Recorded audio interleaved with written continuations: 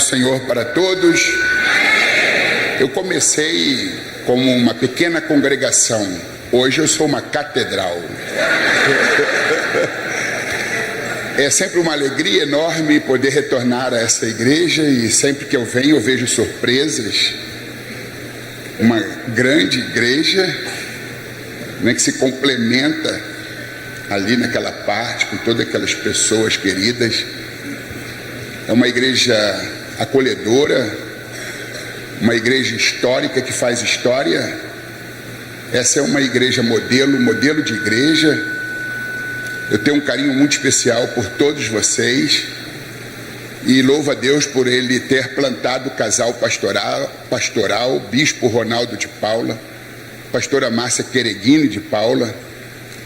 Eles foram plantados na minha vida desde que fui pastor aqui, vizinho de vocês, na Assembleia de Deus da Rua Bahia.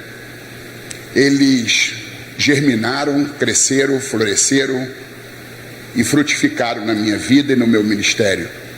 Há 13 anos nós estamos em São Paulo por uma transferência da nossa conversão e lá estamos pastoreando há mais de uma década e sempre que eu posso eu atendo ao convite com muita alegria de estar aqui com vocês.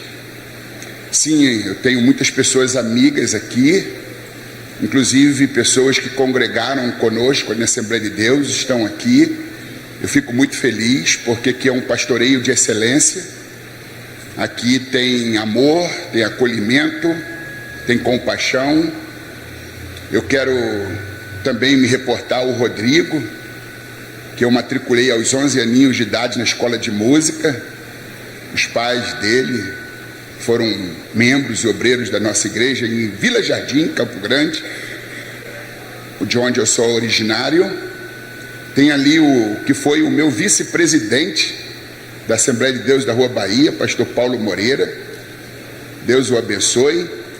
Trago um abraço da Assembleia de Deus de Parque Esplanada da cidade turística de Embu das Artes a todos vocês.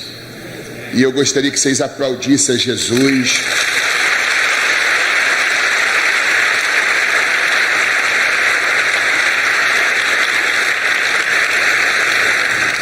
Eu estava pedindo a Deus uma palavra introdutória, tendo em vista que eu estarei falando agora e em dois momentos únicos amanhã, na parte da manhã e início de tarde. E Deus colocou no meu coração o texto de Tiago, epístola, carta de Tiago, capítulo 4, versículos 13 ao 17. Quero falar sobre a falibilidade dos projetos humanos. É a epígrafe que nós temos aqui na edição Revista e Corrigida. A falibilidade dos projetos humanos. Tiago, capítulo 4, versículos 13 ao 17.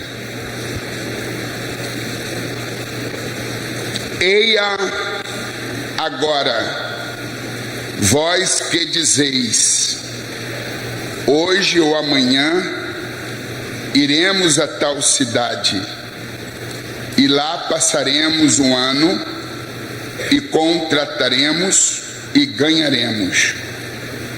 Digo-vos que não sabeis o que acontecerá amanhã, porque que é a vossa vida? É um vapor que aparece por um pouco e depois se desvanece. Em lugar do que devis dizer, se o Senhor quiser, e se vivermos, faremos isto ou aquilo. Mas agora vos gloriais em vossas presunções. Toda glória tal como esta é maligna. Aquele, pois, que sabe fazer o bem e não o faz, comete pecado. Eu quero fazer um pedido que você mantenha a sua Bíblia aberta nessa passagem do Novo Testamento, carta de Tiago, capítulo 4, versos 13 ao 17. E paralelamente a esse texto, eu quero aqui apresentar o tema que será abordado. Só existe um plano que pode dar errado. Diga comigo, só existe um plano que pode dar errado. Aquele que não está nos planos de Deus. Só existe um plano que pode dar errado. Aquele que não está nos planos de Deus. Tiago, ele fala aos seus leitores originais, e esta é uma mensagem muito atual, porque aborda o tema da autossuficiência humana. É um texto que fala da presunção humana, da altivez de espírito dos homens. Tiago, ele fala sobre empreendedores, comerciantes, grandes empresários judeus que se reuniam num espaço requintado, colocavam um mapa mundi sobre uma mesa de destaque e aleatoriamente o porta-voz do grupo colocava o dedo em riste e o dirigia para alguma parte do mapa. Então, o seu dedo apontava para um continente, para um país, para uma cidade, capital ou interior, para uma região. E ele, representando o empresariado, diz: iremos para esta cidade, passaremos lá um ano, ganharemos, lucraremos, contrataremos e ganharemos. 4 verbos. O verbo ir, iremos. O verbo passar, passaremos. O verbo contratar, contrataremos. E o verbo ganhar, que remete ao lucro, ganharemos. Mas eles não buscam a Deus, eles não pedem a Deus orientação, eles arbitram, eles não consultam a Deus, eles escanteiam Deus, porque eram homens autossuficientes. Mas são ditos cristãos,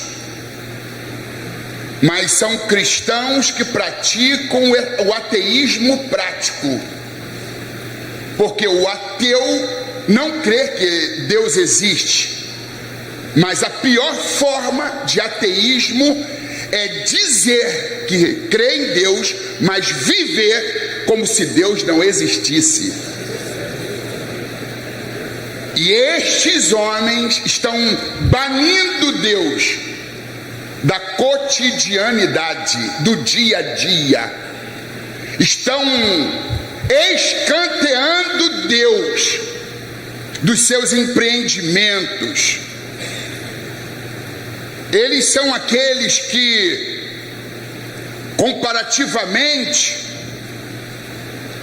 têm MBA, têm pós-doutorado, são homens estudados, homens com aptidões, com tirocínio administrativo, com visões expansionistas.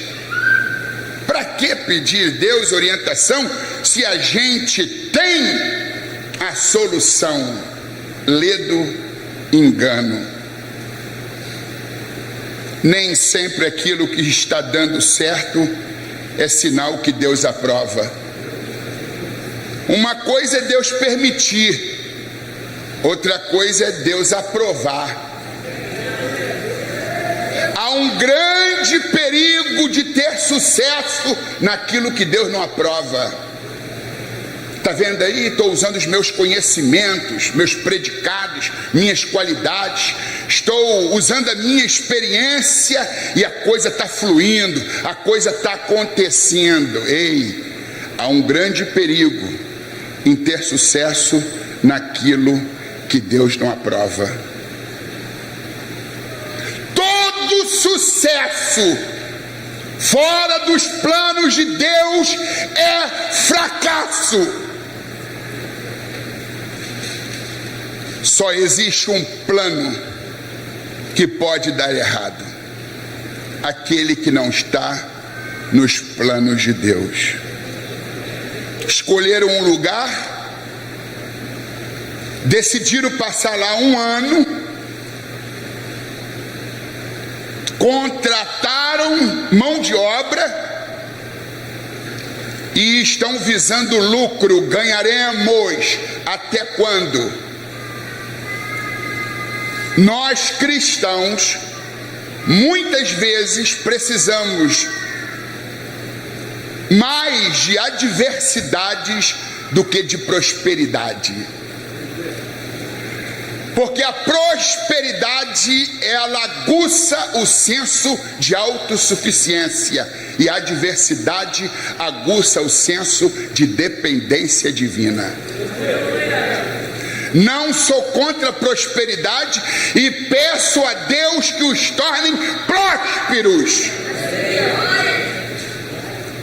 Mas quando se tem muitos recursos, quando se tem muito conhecimento, quando se tem uma infraestrutura de ponta, quando se tem uma base econômica, a tendência é deixar de confiar no braço forte do Senhor para confiarmos nos nossos próprios braços.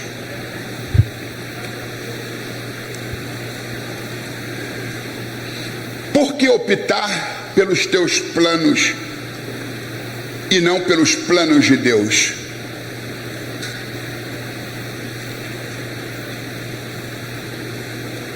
Não existe erros nos planos de Deus.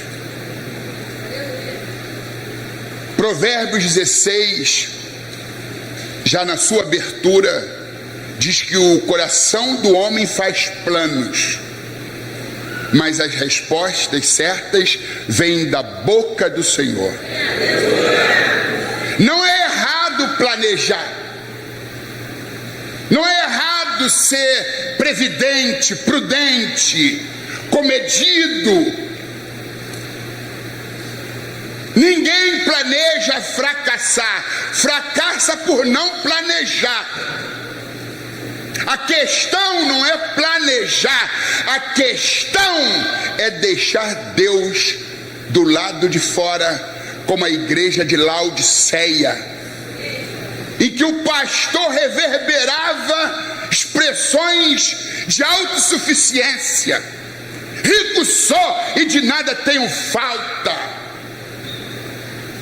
Ele tinha de tudo, ele era próspero e estava confiando no poder econômico, na infraestrutura.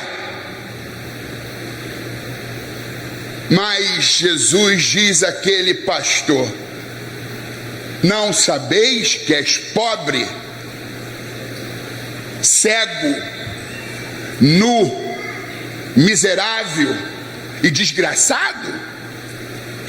Aconselho-te que de mim, compres ouro provado no fogo para que te enriqueças, porque para a sociedade, para o mundo tu és rico, mas para mim tu és mendigo, mendicante, pobre, paupérrimo, depauperado. E que compres colírio para que passe nos seus olhos, para que veja, porque tu és cego. A alta suficiência gera cegueira espiritual. A autossuficiência é irmã do orgulho, da empáfia, da megalomania, da prepotência, da soberbia. Por que tanta arrogância se no final o nosso corpo será misturado com lama? Do berço ao túmulo, aproveite o intervalo. Do berço ao túmulo, aproveite o intervalo. Ore mais, aproveite o intervalo. Abrace mais, aproveite o intervalo. Perdoe mais, aproveite o intervalo. Evangelize mais, aproveite o intervalo. Glorifique mais.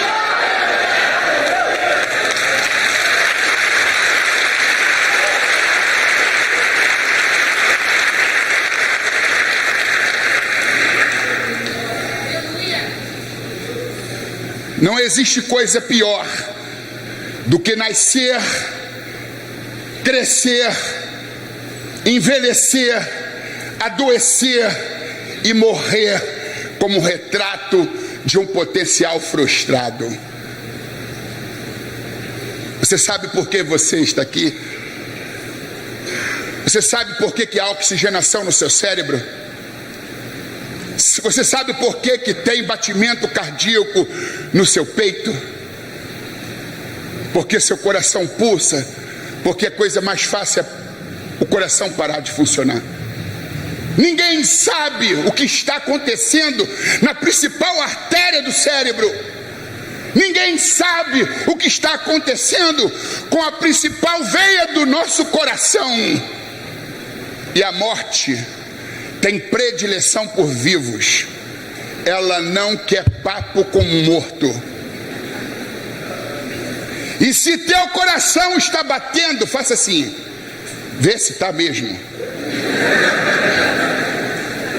Isso significa que você é um forte candidato para a morte. A morte só se interessa pelos vivos. Ela não quer papo com os mortos. Viva para Deus.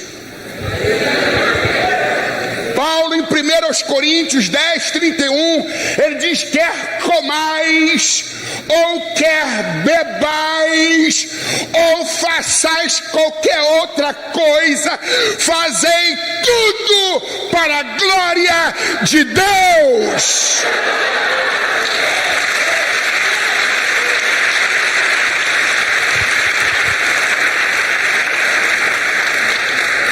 O ego possui a presunção do saber. A humildade reconhece que nada sabe. Diga comigo: o ego possui a presunção do saber. A humildade reconhece que nada sabe. Os humildes oram. Porque não orar é autossuficiência humana. É não admitir, mas é preterir Deus. É dizer: deixa comigo. Eu sei como a coisa funciona. Eu faço isso há muito tempo. Sempre deu certo. Eu vou na minha experiência. Deus está te chamando para um quebrantamento.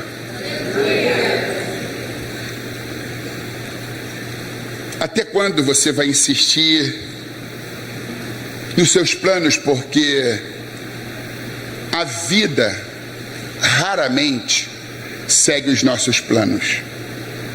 A vida, ela é cheia de imprevisibilidades, de altos e baixos, de percalços. A vida é como um diário que a gente tenta escrever de um jeito e somos obrigados a escrevermos de outro modo, porque nós não temos controle de nada. Basta um simples abalo sísmico um pequeno terremoto para que nós percebamos que nada está seguro debaixo dos nossos pés, mas somos presunçosos. Iremos, passaremos lá um ano, contrataremos e lucraremos, ganharemos menos. Nunca se ache demais, porque tudo que é demais sobra, tudo que sobra vira resto, e todo resto vai para o lixo. Baixa a bola, você não é a última bolacha do pacote, não é a única garrafinha de Coca-Cola gelada no deserto do Saara. Menos. Faça assim comigo. Menos. O homem possui a presunção do saber. O arrogante possui a presunção do saber. Mas o humilde sabe que nada sabe. E que Deus tudo sabe.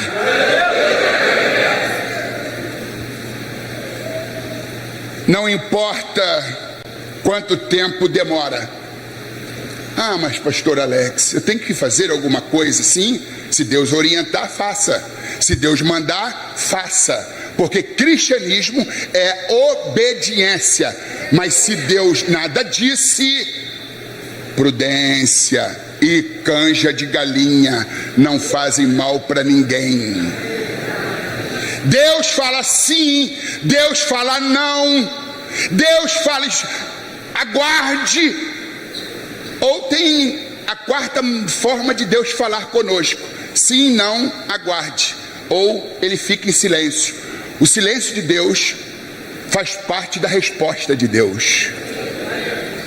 Resposta demorada não significa resposta negada. E às vezes Deus demora para provar tua obediência, porque cristianismo é obediência. Não importa quanto tempo demora, se estiver nos planos de Deus, vai acontecer.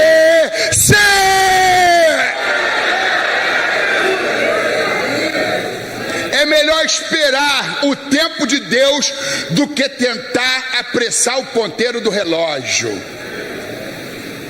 Eu aprendi uma coisa que no começo foi frustrante para mim.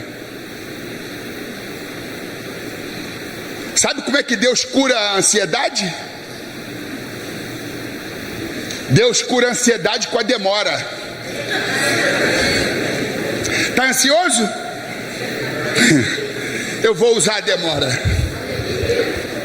1 Pedro 5,7: lançai sobre ele, Jesus Cristo, toda a vossa ansiedade, porque ele tem cuidado de vós. A ansiedade é como uma cadeira de balanço, te deixa em movimento, mas não te leva para lugar algum. Se você quer ter um lugar ao sol, seja paciente, seja confiante, seja dependente de Deus. Aprendeu a maior lição aquele que aprendeu a depender de Deus.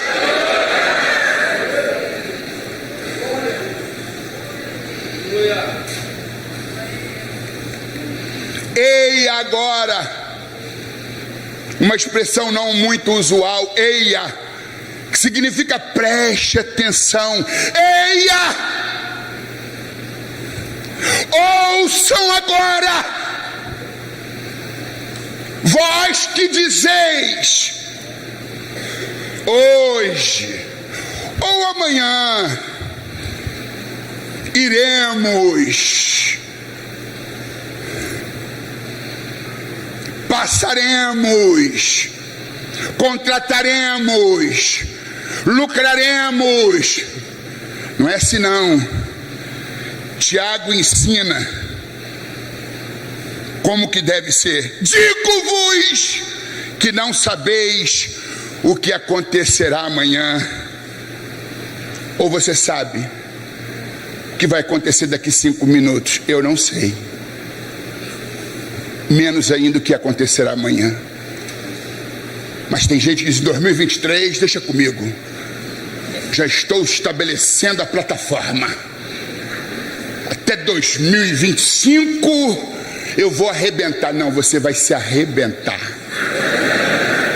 Porque não é dizer baseado na presunção ou suposição, mas Tiago nos ensina: digo-vos que não sabeis o que acontecerá amanhã, porque que é a vossa vida? É uma pergunta retórica, que não requer do ouvinte uma resposta, apenas tem como objetivo levar o ouvinte ou o leitor original a uma reflexão. Que é a vossa vida? Tiago faz a pergunta e ele mesmo responde: é um vapor, é uma neblina, é uma névoa que logo aparece e desaparece. Tiago está falando da efemeridade da vida, da transitoriedade da vida.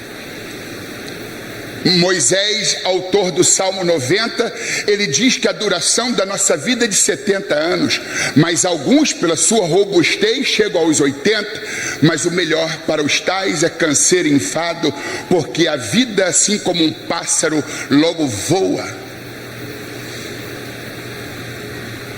Aproveite a vida para ser a pessoa certa, no lugar certo, vivendo o tempo certo, para fazer a coisa certa da maneira certa. Seja um jovem cuja vida nada de Deus tem se perdido.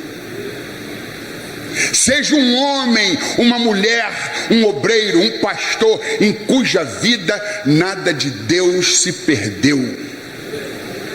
O que na tua vida está se perdendo? Do berço ao túmulo, aproveite o intervalo.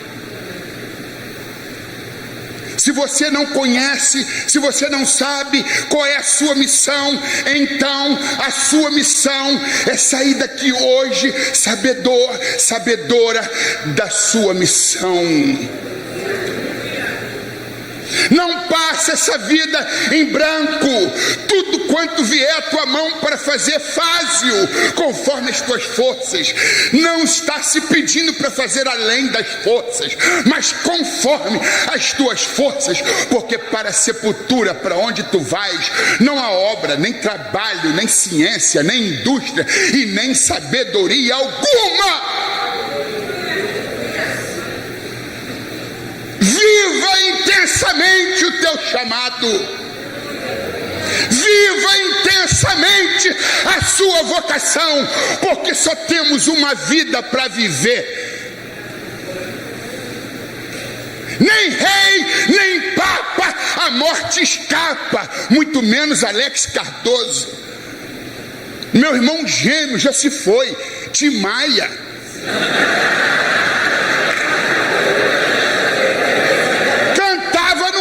Mais.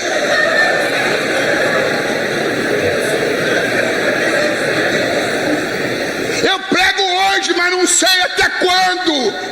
Um dia essa voz vai se calar.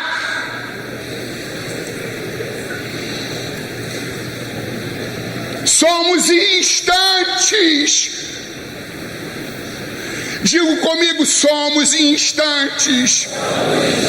E num instante não somos nada.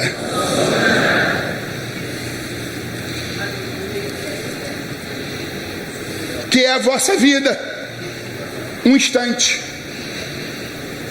Fernando Pessoa, poeta, filósofo, Somos cadáveres adiados. Se não o somos agora, o seremos depois. Que Deus dê vida longa a todos vocês. Que ninguém vá-se embora com menos de 100 anos de idade. Mas eu não posso lhes garantir, porque Deus já tem tudo na palma da mão. Deus sabe o que faz, o que tira e o que traz. Deus sabe o que faz, o que tira e o que traz.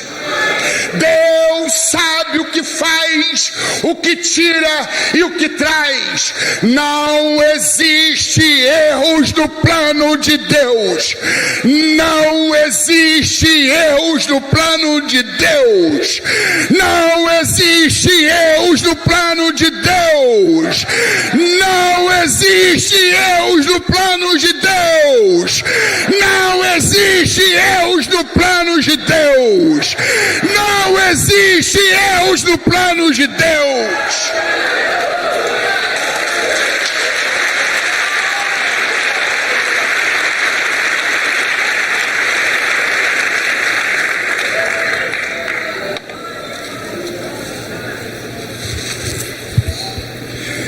Diga comigo, calma.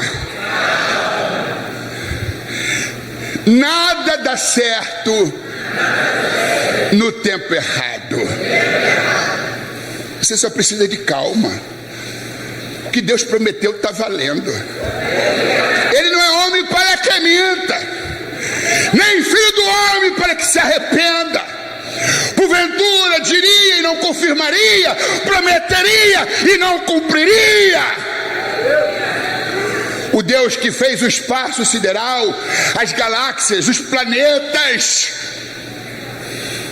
O Deus que abriu o mar vermelho, ressuscitou Lázaro depois de 4 dias morto, cheirando mal, revitalizando suas células. Calma.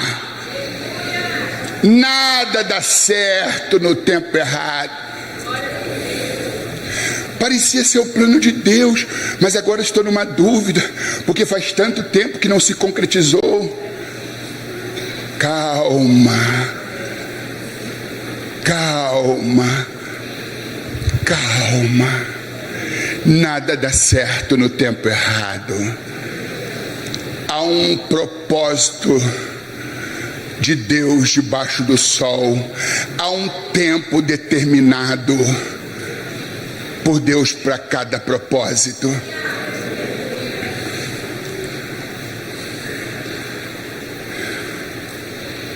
Calma. Lance sobre ele a sua ansiedade, pois ele tem cuidado de você.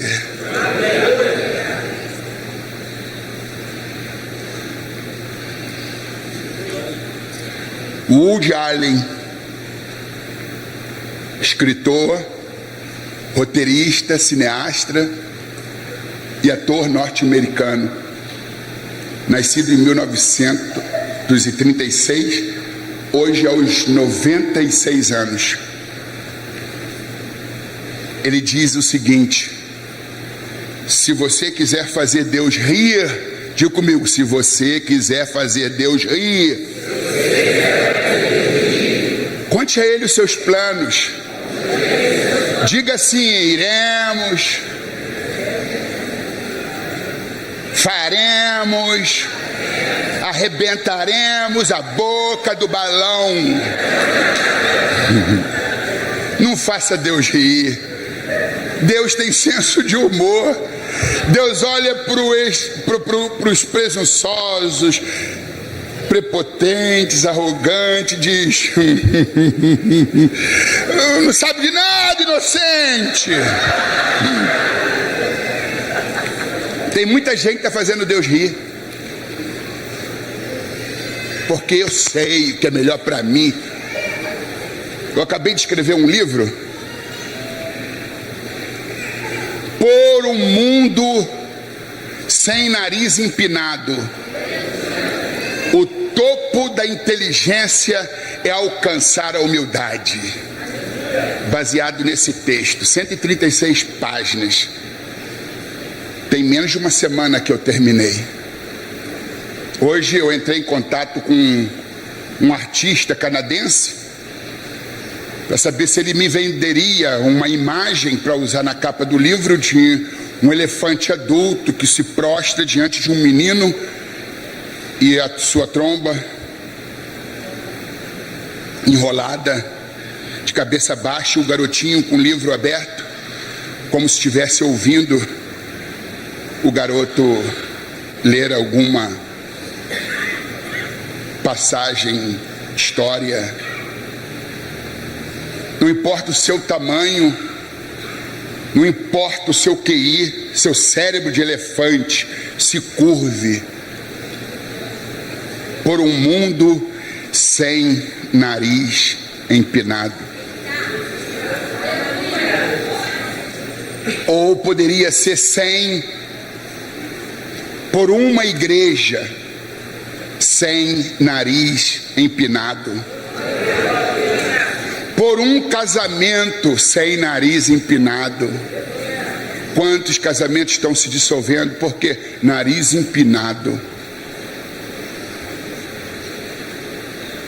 Quantos filhos emocionalmente desajustados, desequilibrados por causa do nariz empinado, dos pais, dos mentores, por um mundo sem nariz empinado, por um mundo sem nariz empinado, por um mundo sem nariz empinado. Salmo 2:4. Se você quiser ler, eu tenho aqui a NVI, Nova Versão Internacional. Diz assim: do seu trono nos céus o Senhor põe-se a rir e caçoar deles. O contexto são homens presunçosos, arrogantes, soberbos, que fazem planos. Salmo de número 2. Deus está dizendo para aqueles megalomaníacos de plantão: do meu trono nos céus eu me ponho a rir e a caçoar de vocês. Meus queridos irmãos, Tiago continua: que é a vossa vida?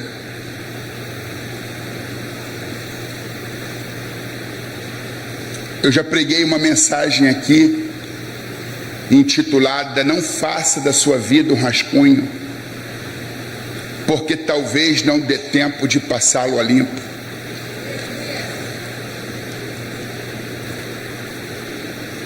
Ilustrei usando uma caneta, a caneta da existência humana, a caneta que representa a nossa vida.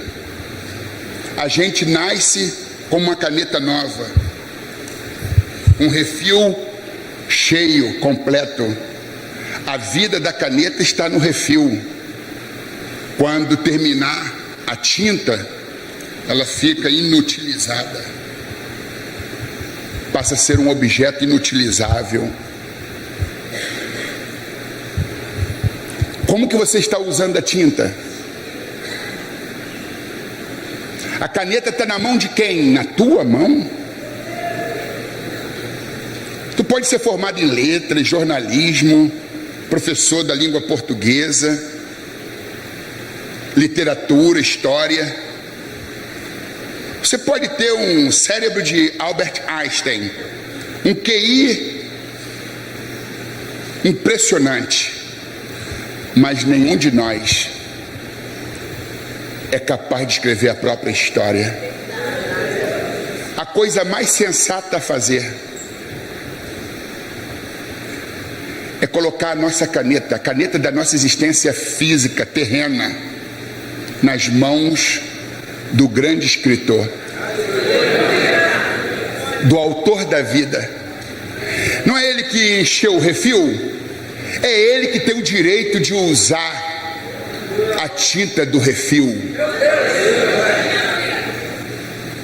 Mas toda hora você põe a mão na caneta, acha que sabe, pensa que sabe, não sabe de nada, inocente.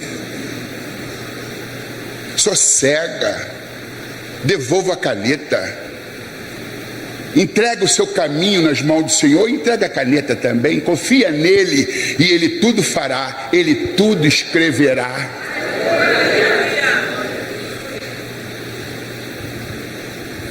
O problema é que a gente usa a caneta.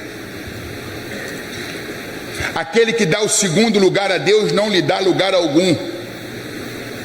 Se Deus é o seu copiloto, está na hora de você mudar de lugar. Cuidado com o banimento de Deus, com ateísmo prático. Fazer declarações bonitas, cantar bonito, pregar bonito, Jesus, Deus, mas viver como se ele não existisse. Porque a caneta está na tua mão e não na mão dele. O manche está na tua mão e não na mão dele. O volante está na tua mão e não na mão dele. É você que diz: iremos, faremos, contrataremos, ganharemos. Ei, pere lá. Vós que dizeis ir, passar, contratar, ganhar, devis dizer: se o Senhor quiser.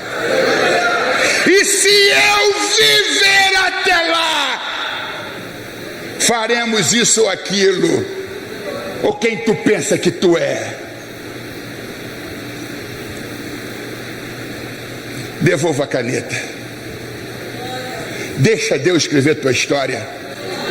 Não faça da tua vida um rascunho, porque talvez tu não terá tempo de passar a limpo.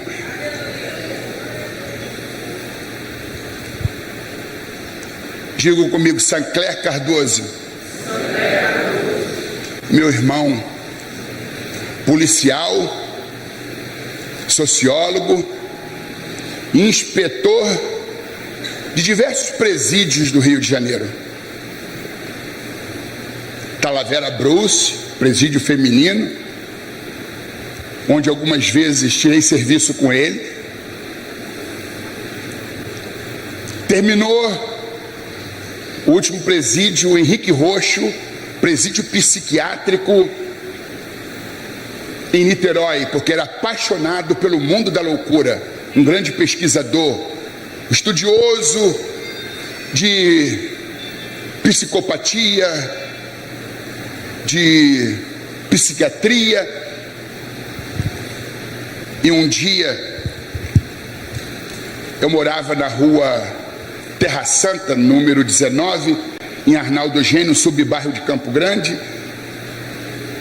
Meu irmão não gostava de congregar, não gostava de ler a palavra, de orar, ele gostava de profecia, de revelações e de movimentos. Ouvir Deus falar.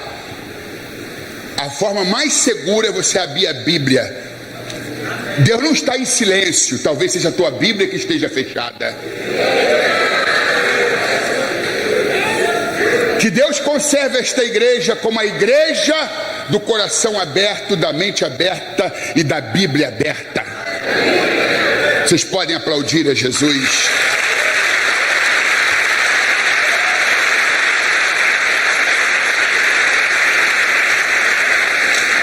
Na rua da minha casa havia a 200 metros uma igreja batista em renovação espiritual.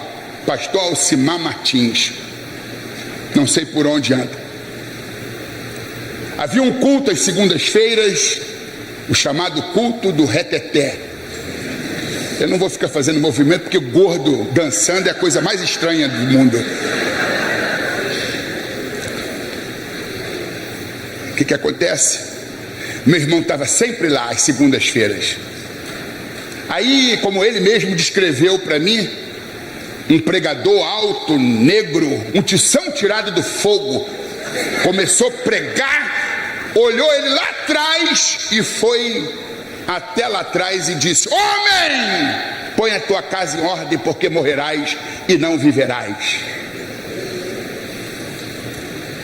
Entrega a caneta da tua existência nas mãos de Deus, o grande autor, porque tu está fazendo da tua vida uma bagaceira, um rascunho. E começou a falar da sua vida dupla, ambígua, porque tem gente que tem vida secreta, e meu irmão tinha vida secreta. Mas Deus queria dar uma chance ao meu irmão Sancler Cardoso. Falou tudo diante de todo mundo. Ficou rubro, vermelho, envergonhado. Porque Deus, normalmente, Ele não envergonha. A vergonha é um dos últimos recursos que Deus se utiliza para trazer o perdido de volta. Porque é melhor usar o expediente da vergonha do que deixar ir para o inferno. É melhor ser vergonhado na terra e ser coroado no céu, do que ser coroado na terra e envergonhado diante de Deus. Ele saiu aturdido já meia-noite daquele culto, e como minha casa era ali, ele era 12 anos mais velho do que eu. E disse: Alex, tu sabe que tu é um dos... E você é o último que eu estou visitando. Não será isso uma despedida? Falei: vira a boca para lá, rapaz. Que despedida o quê? Mas era. Janta? Não, estava meio depressivo. Foi embora. Foi embora. Pegou no trabalho. Eu também fui para Madureira, para a editora Betel, onde eu trabalhava no setor de jornalismo. O telefone toca, é do Hospital Henrique Roxo, do Hospital Antônio Pedro, Hospital Federal, lá na cidade de Niterói. Henrique Roxo é o nome do presídio psiquiátrico. Alô, é Alex? Falei: sim. Tu és irmão do Sancler Cardoso? Falei: sim. De onde fala? Do Hospital Antônio Pedro, hospital universitário aqui da cidade de Niterói. O que houve? Olha, seu irmão sofreu um acidente na quadra de esporte do presídio e está numa situação muito delicada, e nós estávamos procurando um contato com um membro da família mais próximo. Que bom que você é irmão, então nós acertamos. Há como você vir correndo para cá para a gente lhe passar maiores detalhes? Saí de Madureira, onde ficava a empresa e onde fica a empresa, e fui para lá. Me apresentei na recepção como irmão e pastor do acidentado. Fui levado imediatamente até o seu leito. Ele estava com um ferro, não sei como é que chama-se aquilo no universo da saúde, com um peso de cerca de 25 quilos, tentando levar a cabeça para trás, porque ele bateu de cabeça e comprimiu as vértebras e ficou tetraplégico, não paraplégico da cintura para baixo, do pescoço para baixo. Meu irmão, diferente de mim, ele era também levantador de pesos, halteres. Eu levanto garfo, faca e colher. Também levanto peso. Ele tinha corpo, massa muscular, mas não tinha esse negócio aqui. Aí aquele meu irmão forte, saradão, 40 anos de idade. 40 anos de idade. Só mexia um pouquinho os olhos, nem a cabeça conseguia mexer, dada a gravidade da lesão. E eu, postado como um poste ao lado, só chorava, não tinha uma palavra de conforto. Eu estava em choque, pensando: é um atleta estudado, e está tetraplégico. Levei comigo um irmão, amigo, na verdade não é irmão consanguíneo, irmão na fé. Depois ele me contou que a todo momento ele pegava a chave mais pontiaguda que ele tinha do chaveiro e ficava espetando o meu irmão para ver se ele reagia, né? Para ele se certificar se ele realmente estava tetraplégico. E meu irmão não esboçou nenhuma reação, não havia mais estímulos neurológicos. Chegou um médico muito afeiçoado, era o diretor do hospital, e disse: eu soube que você é o irmão do Sancler. Me chamou à parte e disse: eu sou diretor desse hospital, sou amigo do seu irmão, é supervisor do presídio que fica aqui nas proximidades. Teu irmão é um homem forte, viril. Eu quero dizer para você o seguinte: reúna seus pais, seus irmãos e fala como será a vida agora de vocês e do Sancler. Porque, olha, vocês é que terão que fazer asepsia, higiene bucal, são vocês que vão ter que dar banho, dar de comer, porque ele não tem os movimentos. Você sabe qual é a diferença de paralisia para tetraplegia? E eu falei na forma leiga, ele disse exatamente, definiu muito bem. É isso. Reúne e fala dos cuidados que vocês vão ter que ter com o Sancler, porque é uma lesão irreversível. Não há na ciência médica um relato sequer que alguém tenha se recuperado os movimentos com a lesão estratosférica do teu irmão. Daqui 8 dias nós vamos fazer uma cirurgia para poder tentarmos reparar. Quem sabe se não vai entrar na ciência médica um resultado positivo. 8 dias depois fizeram a cirurgia, houve rompimento da medula e o meu irmão se foi. Meu telefone tocou: é Alex Cardoso? Sim, queremos informar o passamento do seu irmão, vá até o necrotério no endereço tal para liberar o seu corpo. Eu saí agora de Campo Grande para Niterói. Aquele homem forte, aquele corpo inerte, que é a vossa vida, é um vapor que aparece e logo desvanece. Liberamos o corpo, foi sepultado no Jardim da Saudade em paciência. Os amigos vieram, fizeram homenagens póstumas à quadra de esporte onde ele caiu, onde ele foi acidentado, leva hoje o seu nome, quadra de esportes Sancler Cardoso. Uma semana depois da sua partida, do seu sepultamento, fui até a casa dele e lá estava o carro na garagem, os diplomas na parede, roupas novas que nunca usou dentro do armário, a bicicleta no corredor. Que é a vossa vida? Do berço ao túmulo, aproveite o intervalo. Que é a vossa vida? É uma névoa, é um vapor que aparece, mas logo desvanece. Não faça da tua vida um rascunho, porque talvez você não tenha tempo de passá-lo a limpo. Só tem que eu o visitei 1 e 2 vezes. Na segunda vez ele disse com a voz entrecortada e chorosa: meu irmão, Deus tem me chamado para tomar uma posição. E eu nunca parei para poder ouvir Deus. Mas eu quero que você pregue onde você for o que Deus falou comigo. Eu disse: não vou prometer a você, Sancler, que eu vou dizer isso para onde eu andar, para onde eu for, a igreja que eu visitar. Mas quando Deus tocar no meu coração, eu vou falar. E o que eu estou falando hoje eu não gosto de falar. Falar de morte, que é a vossa vida, não é uma mensagem alvissareira palatável, mas caia na real, em frente à dura realidade. A vida é um instante, e num instante não somos nada. Afinal, que Deus te disse, Sancler?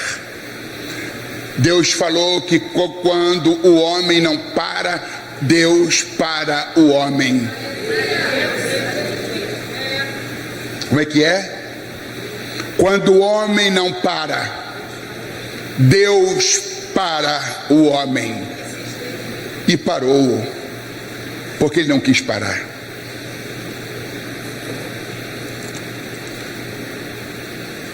Falar de morte, falar de pecado, falar de inferno, não dá ibope para pregador.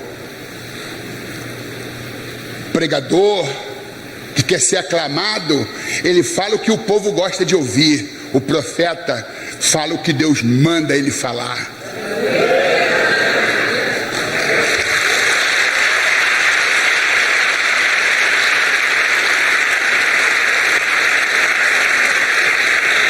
Regiomasi de leomaiosé. Gomom tiomon se digomon se delegiomaser. De galaioso de gomacide é.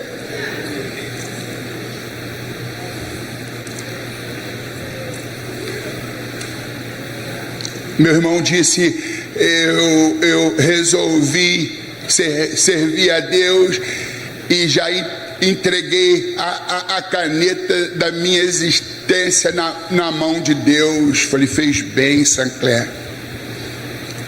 O problema é que Deus recebeu a caneta quando Sancler estava tetraplégico na enfermaria do Hospital Antônio Pedro. Aí Deus pegou a caneta, Sancler Cardoso, pegou a cabeça dele,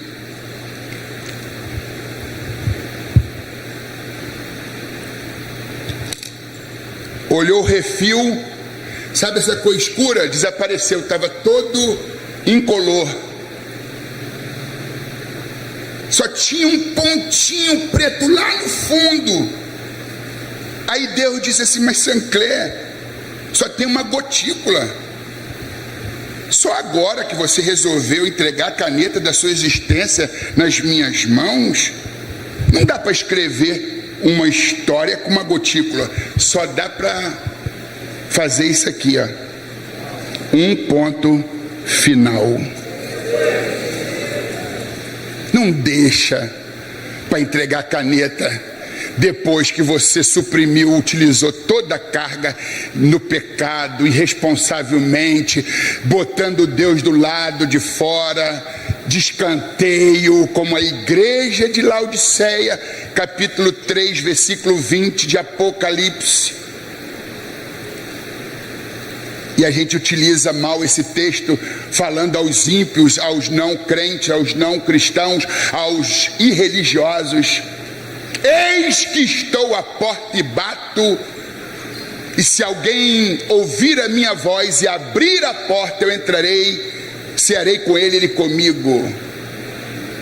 Não foi uma empresa ou um ímpio, um feiticeiro, um ateu que pôs Deus do lado de fora, foi uma igreja. E Jesus do lado de fora. A igreja lhe deu as costas, mas ele não deu as costas para a igreja. E diz, eu estou aqui, está serenando, está chovendo, está fazendo um calor terrível, sol a pino, causticante, mas eu insisto, eis que estou à porta e bato. Até quando eu vou ficar do lado de fora? Como que pode ter culto se Jesus está do lado de fora?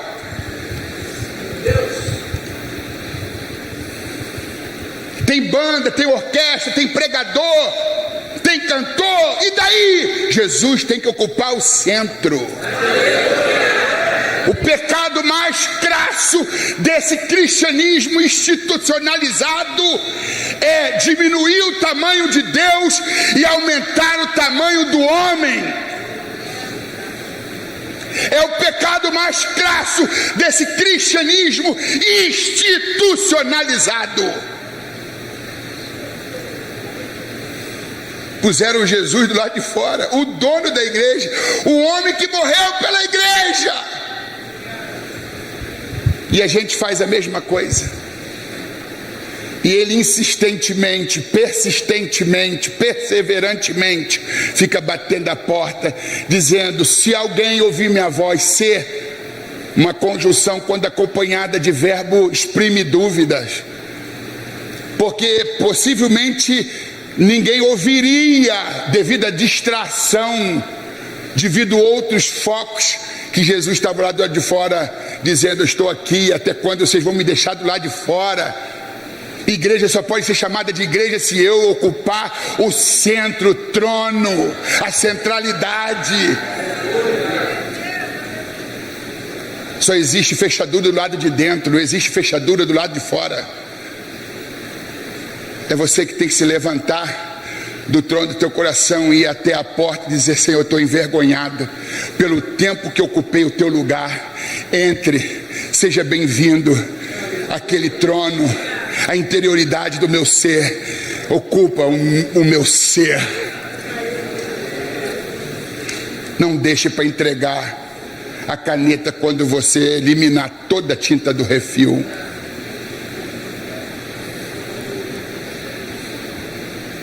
Um jovem americano chamado Adriano gostava de associar velocidade com potência de motor. O tio dele sempre o alertava: cuidado, rapaz. Quando eu era jovem, eu já vi muitos amigos meus perderem a vida pela associação perigosa. Isso é o coquetel de Molotov. Associação de velocidade e potência de motor. Adrenalina, viciado em adrenalina. Cortava, queria voar.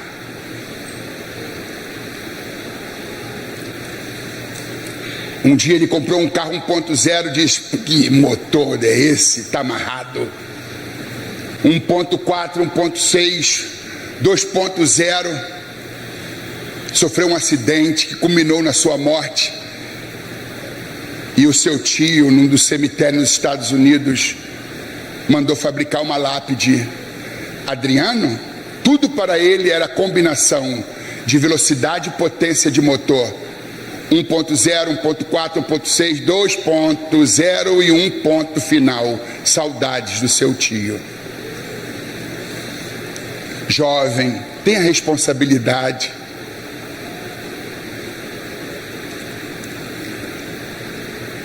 Tenha responsabilidade. Satanás anda como um leão que brama, buscando a quem possa tragar. Seja prudente. Eu estou falando algumas coisas assim, não é aleatoriamente, é o que Deus está ministrando. Eu estou ouvindo Deus falar. Deus quer cortar laço, mas você procura o leão e põe a cabeça dentro da boca do leão. Deus afasta o leão e você se aproxima daquele que brama como leão, buscando a quem possa tragar. E Deus está dando livramento aqui. O problema é que daqui uma semana vai esquecer o recado de Deus. Que Deus reative a memória, os neurônios. Que Deus lhe dê prudência e temor. Pode procurar em vídeos no YouTube. Eu nunca falei essas coisas, pelo menos que eu estou falando agora nesses últimos 5 minutos. São mensagens proféticas. Deus está alertando. Seja paciente no volante para não ser paciente no hospital. O pior cavalo não é aquele cavalo dos motores, é o cavalo que segura o volante. Seja prudente. Ame a tua vida, porque ela é curtíssima. Mesmo que tu viva 70, 80 anos. Ontem mesmo, aos 18 anos, eu estava no quartel. Fui paraquedista militar, estou com 54, com aparência de 65. Com 147 quilos, não queria dizer, mas disse. Fazer o quê? Excesso de sinceridade.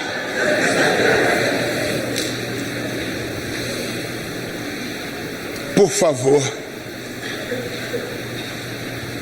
não é dizer iremos, passaremos, contrataremos e lucraremos. É se o Senhor quiser. Vocês devem dizer: se o Senhor quiser, e se você viver até lá, faremos isso ou aquilo. Em lugar do que devias dizer: se o Senhor quiser, e se vivermos, faremos isto ou aquilo. Mas agora vos gloriais em vossas presunções. Toda glória tal como esta é o quê? Maligna, vem de Satanás. É obra-prima do diabo levar-nos a ter um bom conceito de nós mesmos. É obra-prima do diabo levar-nos a ter um bom conceito de nós mesmos. Toda glória tal como esta é maligna. Não é uma mera presunção humana, não. O cramunhão está com seus tentáculos fincados na mente, no coração de seres humanos, levando-os a essa presunção, a esse espírito de independência. Toda glória tal como esta é maligna. Whitney Lee, citando Watmani, autor de uma frase que eu gosto muito: toda glória que não é para a glória de Deus é vanglória. Diga comigo: toda glória que não é para a glória de Deus é vanglória. E o que é vanglória? Vanitas, glória vã. Vanglória, glória vã. Vaidade patética. Toda glória que não é para a glória de Deus é vanglória. E ele encerra dizendo, no versículo 17: aquele, pois, que sabe fazer o bem e não o faz, comete pecado. Você está vivo para fazer o bem. Você está vivo para cumprir teu ministério. Não seja omisso. Não seja indiferente com os talentos, habilidades, potencialidades que Deus lhe deu, dons e talentos que Ele te confiou. Faça o bem, porque fazer o bem faz bem. Ser bom é um bom negócio. A bondade que praticamos é o aluguel que pagamos pela nossa permanência na terra.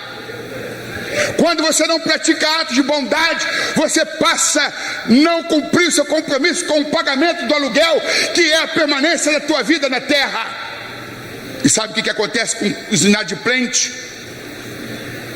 Cedo ou tarde vai receber a ordem de despejo. Que a ordem de despejo venha, mas que, como Paulo, a gente possa dizer: combati o bom combate, acabei a carreira e guardei a fé. Seja bem-vinda, morte, porque para mim você só representa a entrada para a verdadeira vida. Do berço ao túmulo, aproveite o intervalo, faça o bem, abrace mais, ame mais, perdoe mais, ajude mais, colabore mais, sue mais. Aleluias! Aleluias!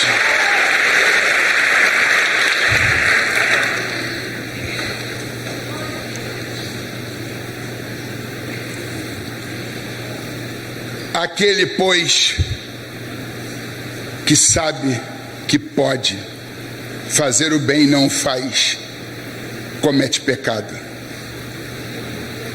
Para terminar, Dante Alighieri, grande artista italiano.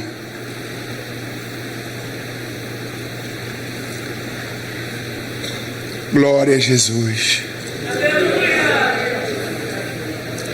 Os lugares mais quentes do inferno estão reservados àqueles que, em tempos de grande angústia, permanecem neutros. Saia de cima do muro. Quem fica em cima do muro leva tiro dos dois lados. Se posicione em favor do teu chamado. Se posicione em favor da palavra. Se posicione em favor do teu ministério. Se posicione em favor da obra de Deus. Se posicione em favor do reino de Deus. Viva para a glória de Deus. Coma para a glória de Deus. Beba para a glória de Deus. Durma para a glória de Deus. Acorde para a glória de Deus. Dirija para a glória de Deus. Faça a obra de Deus para a glória de Deus. E as palmas são para Deus, para Jesus, para o Espírito Santo.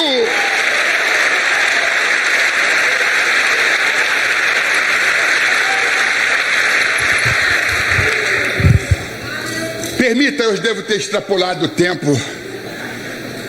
Numa das aulas do professor Martim Lutero, ele dizia aos seus alunos que o bom pregador é aquele que sabe a hora de parar de falar. Mas eu faltei essa aula. Então, só um minuto. Eu trouxe aqui algumas obras. Graças a Deus, os outros livros estão esgotados. Não trouxe muito. Mas esse, eu posso dizer que é o livro Xodó. Foi publicado pela MK em 2005. Ganhou um prêmio Areté em 2006, um ano depois da sua publicação. 5 anos foi publicado por lá e agora é uma publicação independente. Só merece o doce quem provou o amargo. E se a vida for uma barra, que seja de chocolate. É um livro que fala de superação, de resiliência, de enfrentamento da dor, das vicissitudes e mazelas, e fala de alma sobrevivente. É um livro de inteligência emocional. Não é um livro de autoajuda, é um livro de ajuda do alto. Custa R$25. Este é um livro de autoconfrontação. Essa mensagem foi de autoconfrontação, ou foi confrontadora. Autoconfrontação, quando você levar essa mensagem, remoê-la, você estará se autoconfrontando. Como ser abelha no mundo de moscas? Eu me inspirei em 2 obras de Augusto Monteroso, um prêmio Nobel de literatura, autor da Guatemala, que escreveu vários livros, dentre eles um intitulado A Mosca, o homem enquanto mosca. As moscas têm predileção por latas de lixo, corpos insepultos, fezes, escarros. Há no homem um lado mosca. No porão da alma existem coisas sujas e horríveis, fedorentas. Santo Agostinho diz que os justos carregam a natureza carnal, os injustos são carregados por ela. Nós temos 2 naturezas: a natureza adâmica, tendenciosa, susceptível ao erro, cheia de sujidade, e a nova natureza, a segunda natureza, por meio da regeneração do Espírito, por meio do nosso relacionamento com Deus em Cristo Jesus. Ao lado abelha, eu me baseei também na obra de Bill Wilson, uma historiadora inglesa, que lançou uma obra há mais de 20 anos intitulada A Colmeia. As abelhas são a rainha, os zangões, que são os reprodutores, e a grande maioria são as abelhas operárias ou abelhas obreiras, que trabalham e que produzem mel. Trabalham numa colmeia que inspirou vários arquitetos do mundo. É um ambiente higienizado, limpo. As abelhas produzem mel, adocicam as vidas das pessoas, e do mel existem vários derivados que vão do xarope ao shampoo.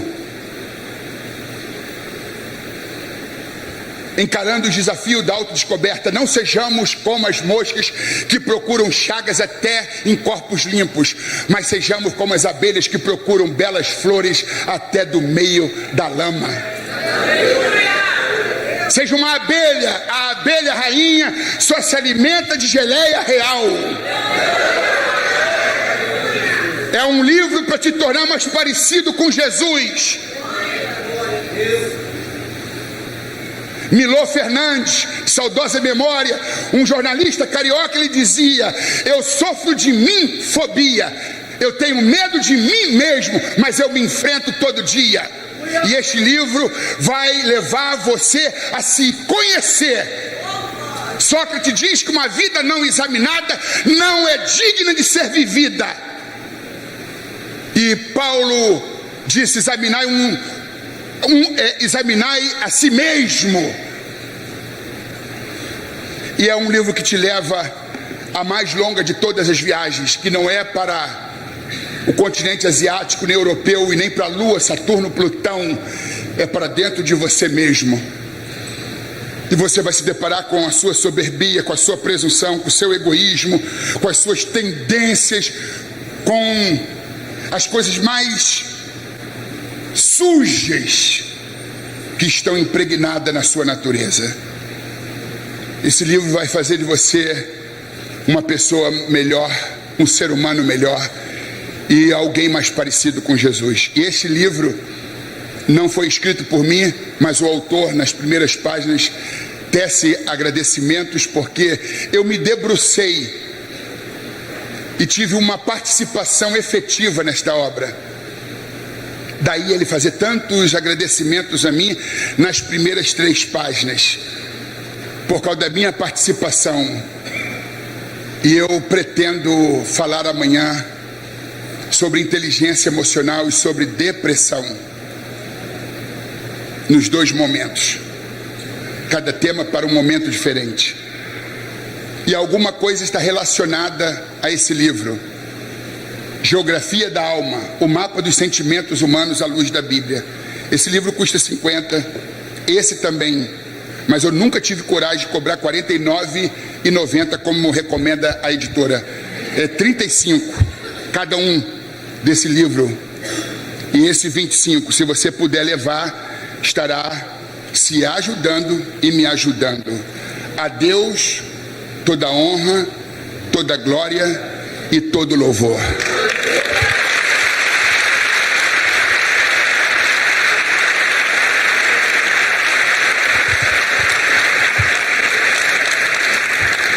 Esses livros não serão vendidos, eles estão dedicados, ao Bispo Ronaldo de Paula, com carinho, Alex Cardoso, para o meu amado.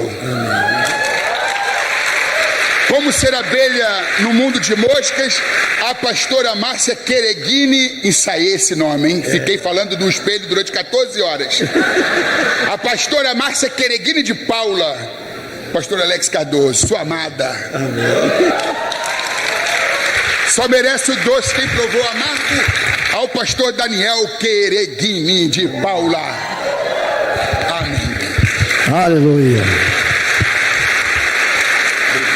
Rapaz, olha a Bíblia do homem, compatível ao tamanho dele. E o peso? Essa é boa para expulsar demônio. Se você mandar o demônio sair e não sair, dá uma pancada que ele sai. Deus abençoe, Alex. Eu não falei que você ia ser abençoado? Quem tem ouvido, ouça o que o Espírito diz à igreja. Nem todo dia você pode se achegar ao riacho e beber das águas cristalinas que descem do trono de Deus, pois a sabedoria não está oculta, senão ela não seria sabedoria. A sabedoria sempre é revelada. Nós é que nos ocultamos dela e não entendemos. Tentar acrescentar qualquer coisa aqui é perda de tempo. Você tem que ruminar, você tem que mastigar, você tem que engolir, você tem que triturar e aproveitar a cada frase, a cada linha de raciocínio. Eu só quero acrescentar uma coisa para você. Outro dia alguém me disse assim: mas como é que eu enxergo mais profundamente Deus?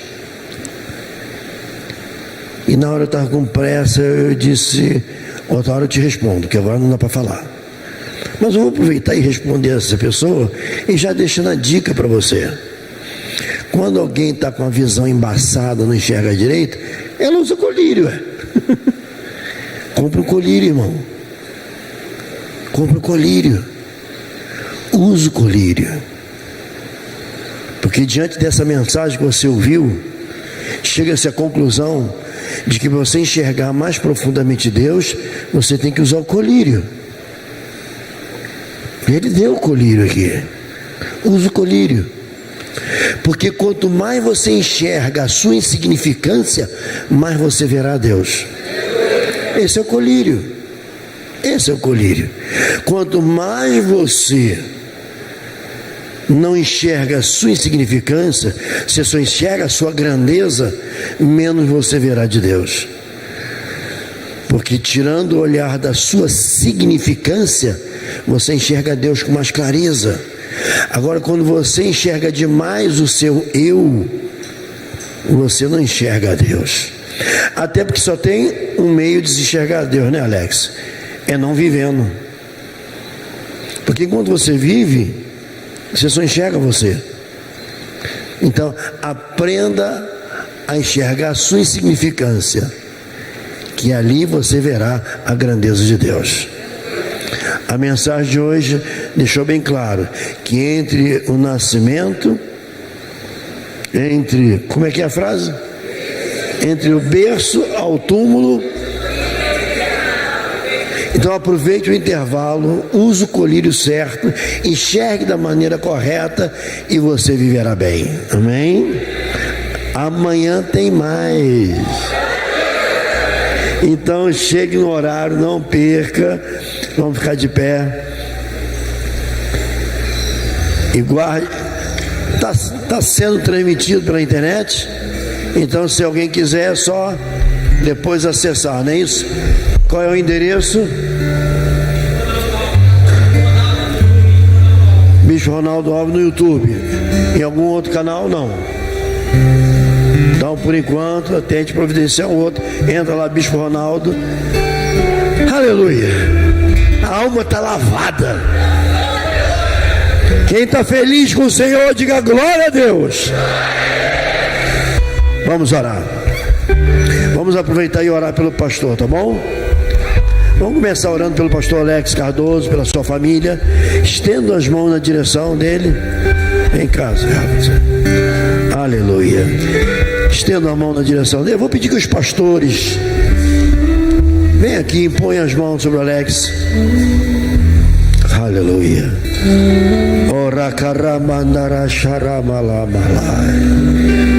Tu és o médico divino, Senhor. Que esse corpo seja visitado pelo Teu Espírito Santo de maneira purificadora. Purificadora. Saúde para o Teu servo. Saúde para o Teu servo, Senhor. Alonga os dias de sua vida. Prorroga, Senhor. Tua palavra diz que o Senhor é a nossa longevidade. Mas que seja uma longevidade com sabedoria cada vez mais, com conhecimento, com entendimento, com força, com poder, com vida. Que cada célula do seu organismo seja vitalizada. Senhor, ressuscita cada parte do seu ser. Que haja cura, corpo, alma e espírito. A igreja diga comigo: Senhor meu Deus, que o teu servo seja visitado com a unção da cura, como é visitado com a unção da sabedoria. Que não lhe falte cura, saúde, plenitude. Senhor, que cada parte do seu ser seja um depósito do Espírito Santo. Cada célula seja visitada pelo Espírito Santo. todo o seu organismo seja visitado pelo Espírito Santo. Senhor, nós como igreja, revestido da autoridade, declaramos em nome do Pai, do Filho e do Espírito Santo: receba toda a cura do Senhor e toda a graça divina seja abundante em nome de Jesus. Toda a igreja diga: Senhor, ainda agora orando por teu filho, abençoa a sua casa, abençoa o seu lar, abençoa a sua esposa, abençoa os seus filhos, para a glória do nome de Jesus. Que a igreja diga: aleluia. Dê um abraço no servo do Senhor aí por mim. Isso. Cantemos ao Senhor. Aleluia.